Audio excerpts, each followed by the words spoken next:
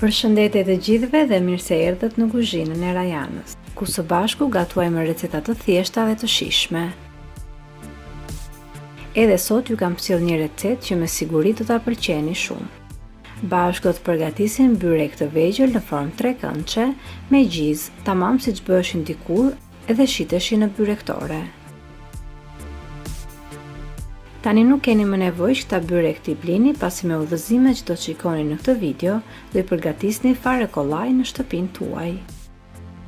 Unë kisha shumë mall për këta byrek, pasi për herë të fundit i kam ngrënë që kur kam qenë në Shqipëri, dhe prandaj vendosa t'i përgatis në shtëpi edhe për familjen time dhe recetën ta ndaj me ju. Në fillim do të përgatisim brumin.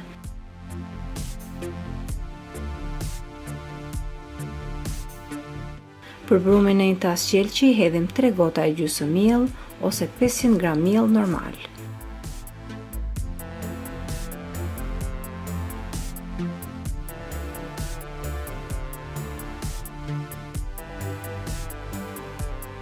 Shtojmë edhe kripën sipas nevojës dhe në fund shtojmë ujin e ngrohtë. Do përdorim 1 gotë të madhe ujë me ujë të ngrohtë ose 230 ml ujë të ngrohtë. Megjithatë e shikoni dhe vetë me sy gjatë punimit të brumit. Ujin ja shtojmë pjesë dhe në këtë mënyrë keni mundësi ta kontrolloni se sa ujë do i hidhni brumit, duke hedhur ujin dhe duke punuar, dhe në fund kur shikoni që brumi ka arritur formën që duhet, të jetë i butë por që të mos jetë ngjitës nëpër duar, atëherë mos i shtoni me ujë. Por vetëm e mblidhni miellin mirë me duar. Dhe tani mund ta hidhni brumin në sipërfaqe tavoline dhe aty mund ta punoni edhe për disa minuta të tjera brumin. Është me rëndësi që kur bëni gjëra me brum, brumi të punohet mirë, sepse sa më mirë të punohet brumi, aq më të mira dalin recetat, dhe në këtë rast byrekët që ne do të përgatisim.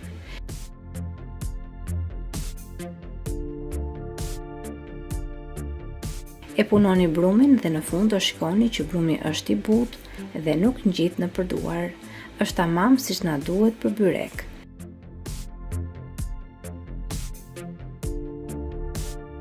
Tani lyeni tasin e qelçit me pak vaj ulliri dhe aty vendosni brumin dhe e mbuloni me një qese kuzhine që të mos thahet dhe e lini në këtë mënyrë për 20 minuta. Ndërkohë ne do përgatisim mbushjen.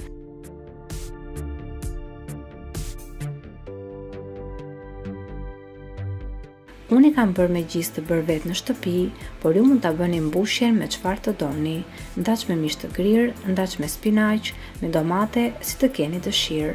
Nëse nuk keni gjizë dhe nuk dini ku ta gjeni, për ju që jetoni jashtë, në kanalin tim e gjeni edhe videon e përgatitjes së gjizës në kushte shtëpie. Recetën do e vendos edhe poshtë tek infoboksi, tek përshkrimi poshtë videos. Unë kam përdorur rreth 300 gram gjizë. I kam shtuar krip dhe në fund edhe 2 ose 3 lugë gjelle me qumësht për ta bërë gjizën pak më të butë dhe më të hollë, në mënyrë që kur të lyejnë petët e byrekut, të kemi mundësi që gjizën ta hapim kollaj sipër petës. Tani edhe gjizën e kemi gati dhe do e lëmë njanë derisa të nisin byrekët.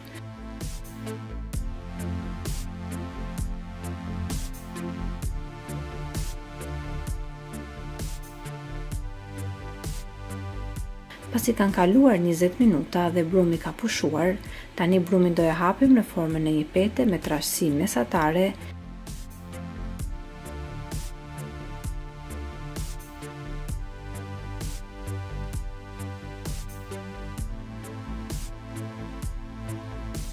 Dhe sipër do e lyej me gjalp. Unë kam përdorur 1 lugë e gjysmë me gjalp, i cili duhet që të jetë në temperaturë ambienti. Gjalpi duhet që të jetë i butë deri në atë pikë që kur ta prekni, të keni mundësi që të hapni kollaj me duar sipër petës.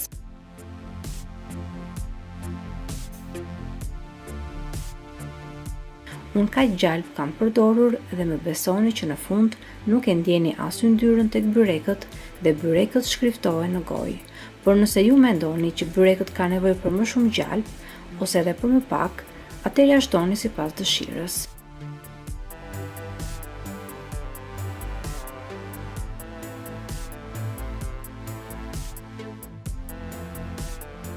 Pasi hapim gjalpin sipër petës, petën do e mbledhim në formë roleje. Pasi e mbledhni brumin në formë roleje, e mbuloni me një qese kuzhine sipër dhe lini të pushojë në këtë mënyrë edhe për 15 minuta të tjera.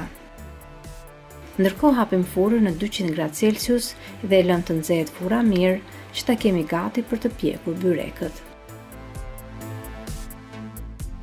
Pasi kanë kaluar 15 minuta, brumin do e ndajmë në kulesh mesatar. Unë e kam ndarë në 8 ose 9 pjesë.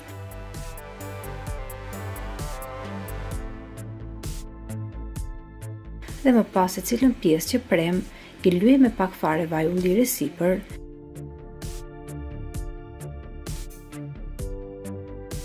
Dhe ashtu si që kemi, i nisim dhe i hapim me interhollës mbi tavolinë. Nuk ka nevojë të përdorni as miell dhe as një seshte, sepse duke qenë që janë lyer me vaj, hapen shumë kollaj në tavolinë. I hapni duke u dhënë formë gjatësore petës dhe i hapni sa mundësi që të keni, edhe që në fund peta të jetë e hollë.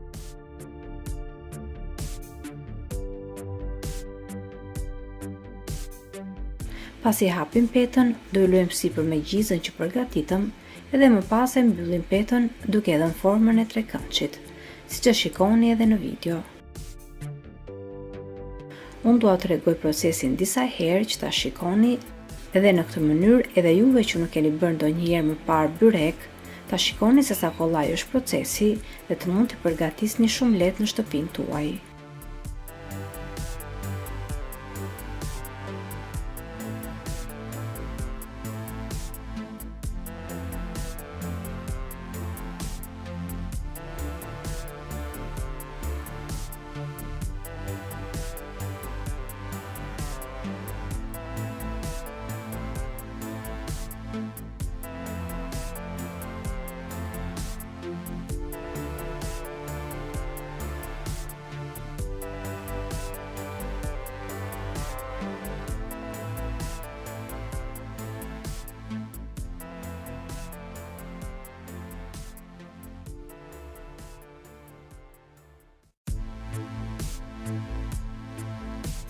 Pasi i mbyllim në formë trekëndshë, i vendosim byrekët të gjithë në një tepsi furre, edhe sipër i lyeni ose me pak gjalp të shkrirë ose me pak vaj ulliri.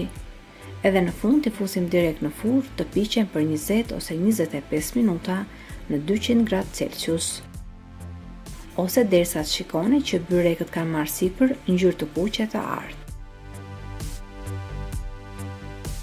Siç do e shikoni dhe vetë, byrekët kur i hiqni nga furra janë fryrë dhe kur i prekni me dorë sipër, peta e sipërme thërmohet.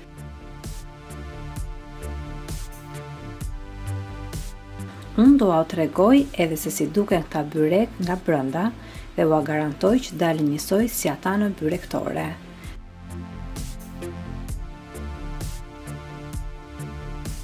Tani ju keni mundësi që t'ua përgatisni fëmijëve dhe familjes suaj sa herë të doni. Nëse ju pëlqeu kjo recetë, mos harroni të jepni asaj një like, si dhe ta shpërndani me miqtë dhe familjarët tuaj.